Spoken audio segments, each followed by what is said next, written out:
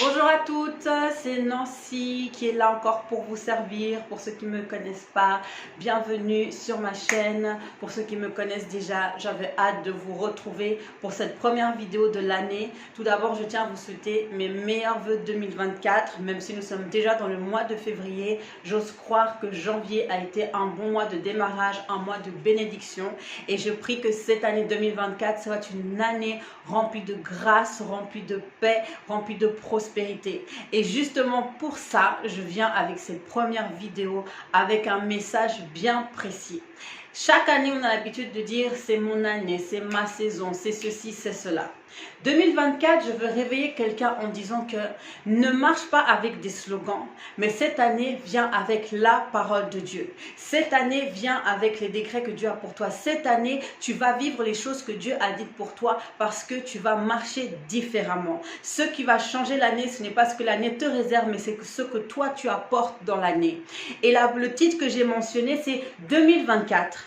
Sois saturé. Sois saturé. Ce que 2023 m'a appris, c'était l'importance de la plénitude.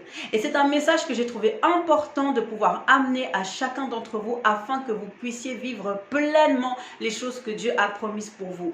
Tout d'abord pour 2024, la première chose qu'il est important de savoir, avant de dire oui, je déclare, je confesse que j'aurai ça, je décrète, je déclare. Tu peux déclarer les choses, il n'y a aucun souci.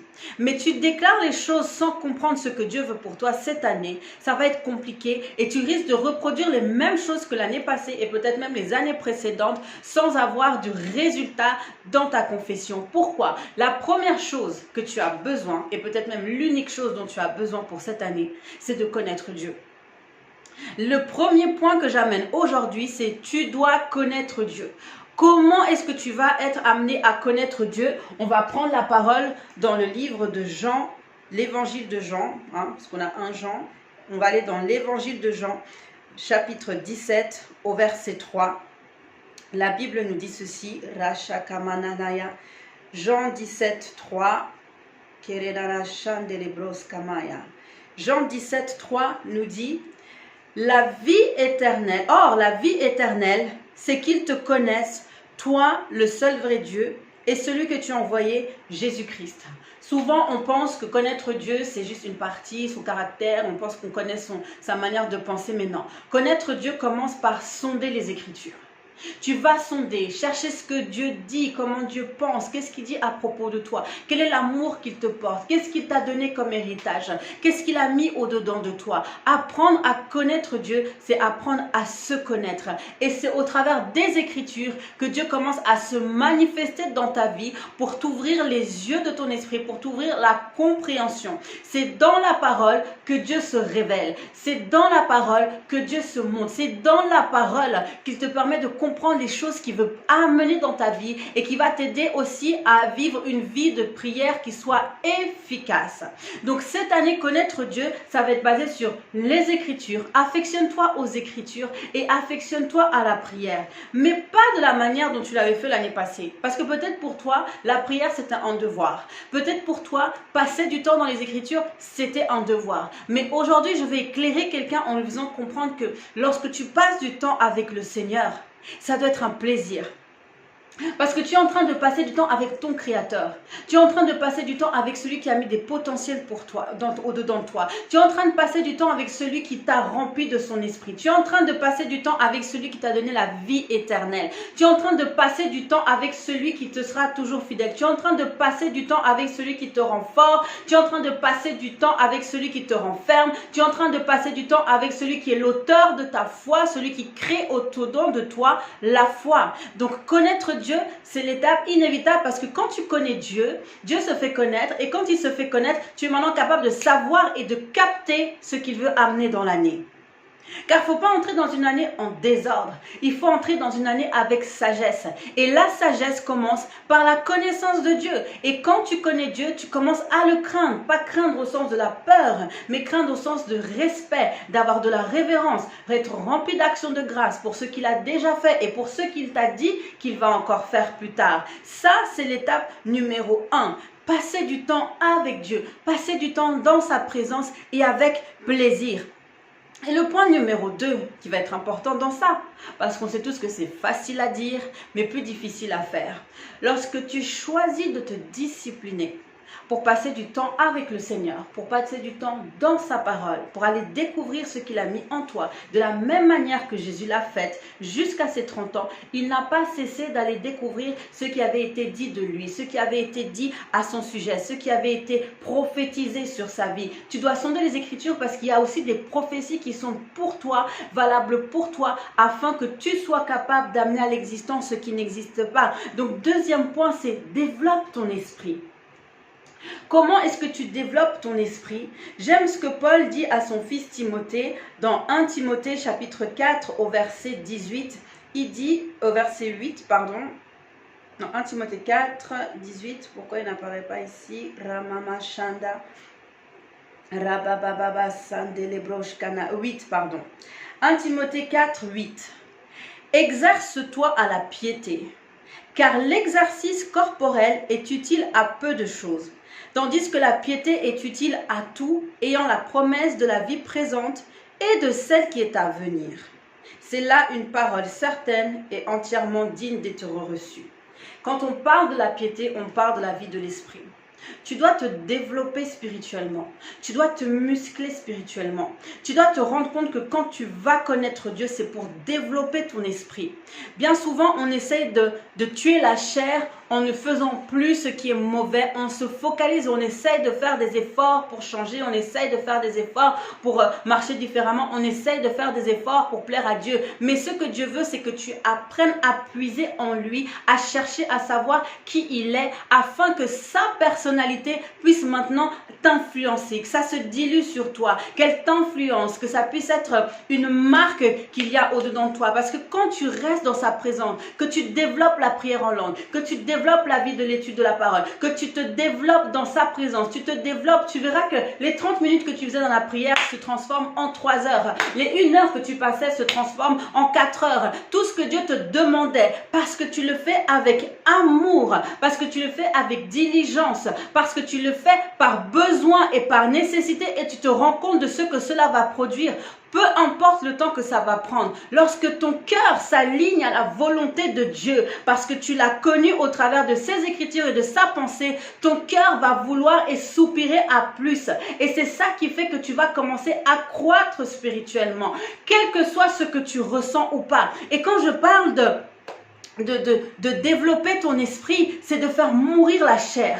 Tu vas dans sa présence, tu fais mourir la chair. Tes craintes s'en vont, tes peurs s'en vont, l'anxiété s'en va, la dépression s'en va, la colère s'en va, les rancunes s'en vont. Tout ce qui te minait, que tu n'arrivais pas à évacuer, s'évacue dans sa présence. Et les choses deviennent plus faciles et tu deviens plus léger ou légère, parce que maintenant que tu es libre de la chair, l'esprit peut prendre place. C'est en faisant mourir la chair dans sa présence que tu es capable maintenant de laisser l'esprit prendre le dessus au-dedans de toi, où tu deviens, tu n'es plus charnel, où tu deviens cet homme spirituel. La Bible nous dit, quand Paul parle aux Corinthiens, que l'homme spirituel juge de tout. L'homme charnel ne comprend pas, l'homme animal ne comprend pas les choses de l'esprit. Et l'homme charnel, c'est celui qui est né de nouveau, mais qui vit toujours selon la chair, qui vit de la même manière que celui qui était animal.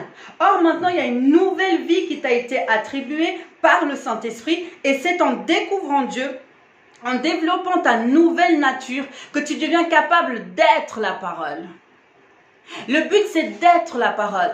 Ce n'est plus de la lire, ce n'est plus d'en parler, ce n'est plus de l'entendre, mais c'est de devenir la parole. De la même manière que Jésus s'est fait chair, la parole s'est fait chair. En toi, la parole doit se faire chair. On ne doit plus voir Nancy Lukwamusu, mais on doit voir Nancy Christ. Je ne sais pas quel est ton nom, mais maintenant, le monde a besoin de voir le Christ qui est au-dedans de toi. Et ça passe par cette discipline. Et tu verras que quand ta personne meurt, l'esprit prend le dessus et les fruits de l'esprit se manifeste. Tu deviens patient, tu deviens doux, tu deviens paisible, tu deviens bienveillant, tu es capable de pardonner ce que tu n'avais pas envie de pardonner ou que tu ne ressentais pas l'envie de. Tu deviens capable d'être audacieux là où tu étais peureux. Tu deviens capable d'être serein là où il y avait le trouble. La force de Dieu commence à t'embraser quand tu développes la vie de la piété. Et le troisième point qui se rapporte, c'est recherche la plénitude. L'année passée, lorsque dans mon assemblée, on a eu le thème, c'était le mois de la plénitude. Au début, j'avais vu ça comme tout ce qui était matériel, trop charnel.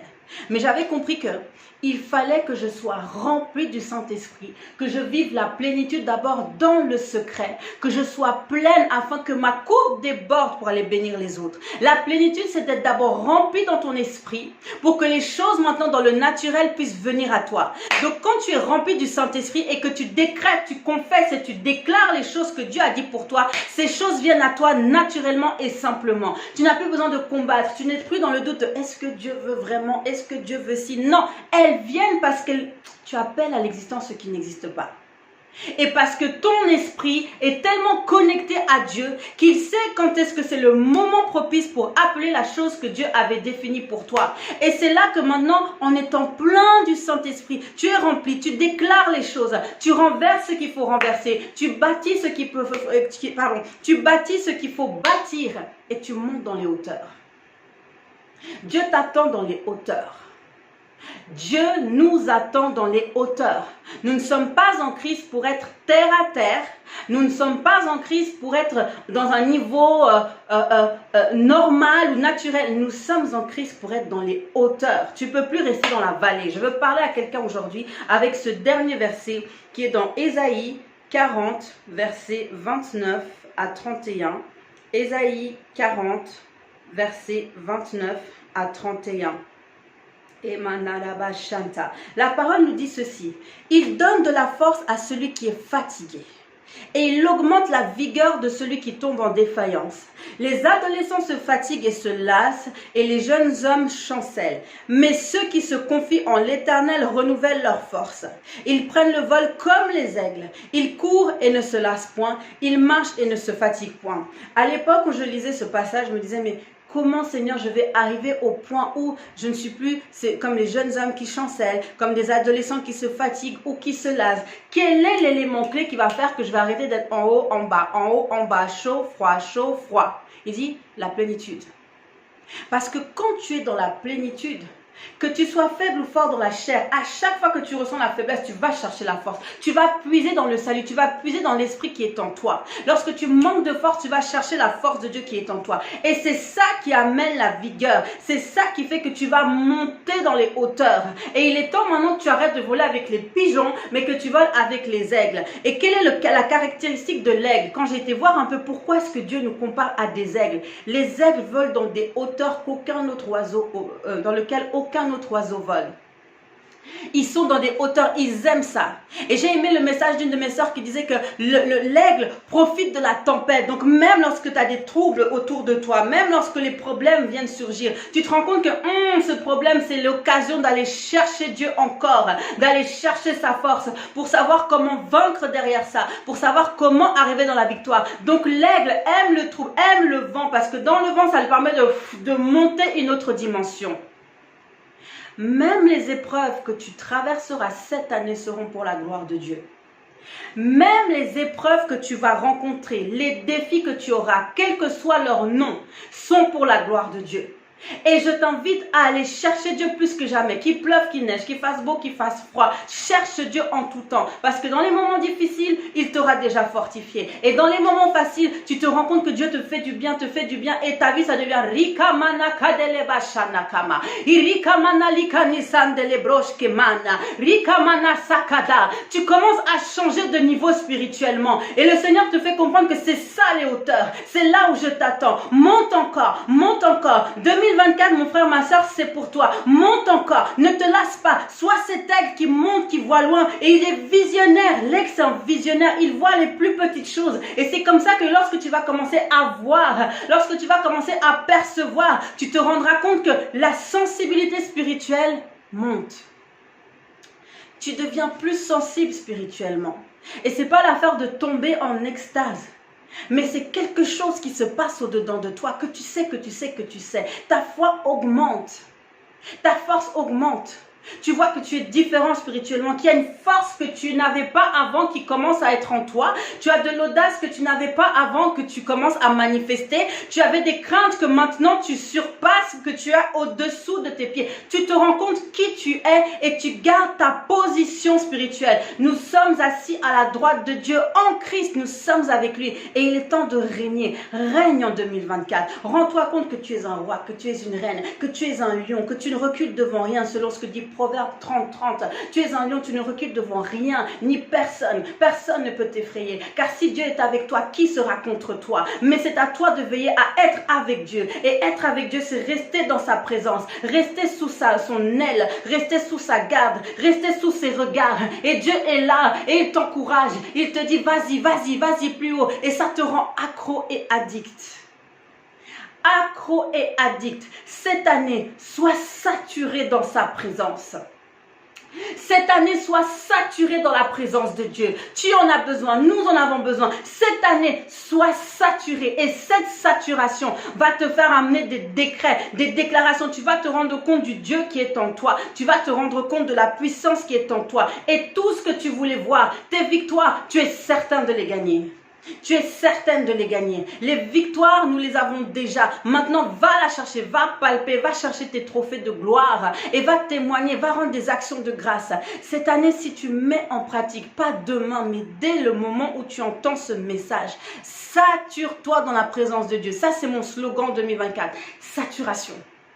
Saturation, pas les bruits de l'extérieur, mais les bruits du royaume, les bruits du monde spirituel de Dieu, le bruit des anges, le bruit de l'esprit qui est en toi, le bruit, et toi-même tu vas voir que Rikamana Shanda, ça va devenir ton partage, ça va devenir quelque chose qui devient facile et naturel pour toi. Rikamanama Santa, tu te rends compte que derrière la prière en langue, tu changes les choses, tu changes les circonstances, tu es changé sans même avoir essayé de faire des efforts, tu es vivant là où tu étais mort, tu es joyeux là où tu étais triste, la vie de l'esprit change, cherche la plénitude. Cette année, fais la différence, c'est possible, avec sa grâce. Fortifie-toi, dans la grâce qui est en Jésus-Christ. Fortifie-toi dans ce qu'il a mis en toi, parce que quand tu vas découvrir le potentiel spirituel, les choses naturelles vont te surprendre. Tu seras surpris de comment Dieu va te bénir. Tu seras surpris de comment tu vas être une bénédiction pour ta famille, tes amis, ton entourage.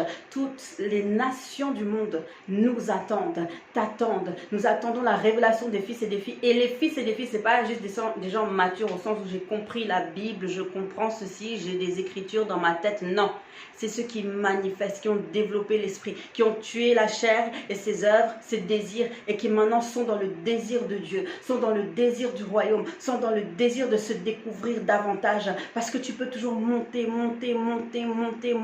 Dieu nous appelle de gloire en gloire. Cette année, je veux que tu puisses découvrir ce que Dieu a pour toi et le vivre. Vois-le dans l'esprit, mais vois-le aussi dans la chair. Cette fin d'année, tu dois témoigner, ça doit être ton objectif. Alléluia. Et je vous dis à très bientôt pour la prochaine vidéo d'encouragement. Soyez bénis.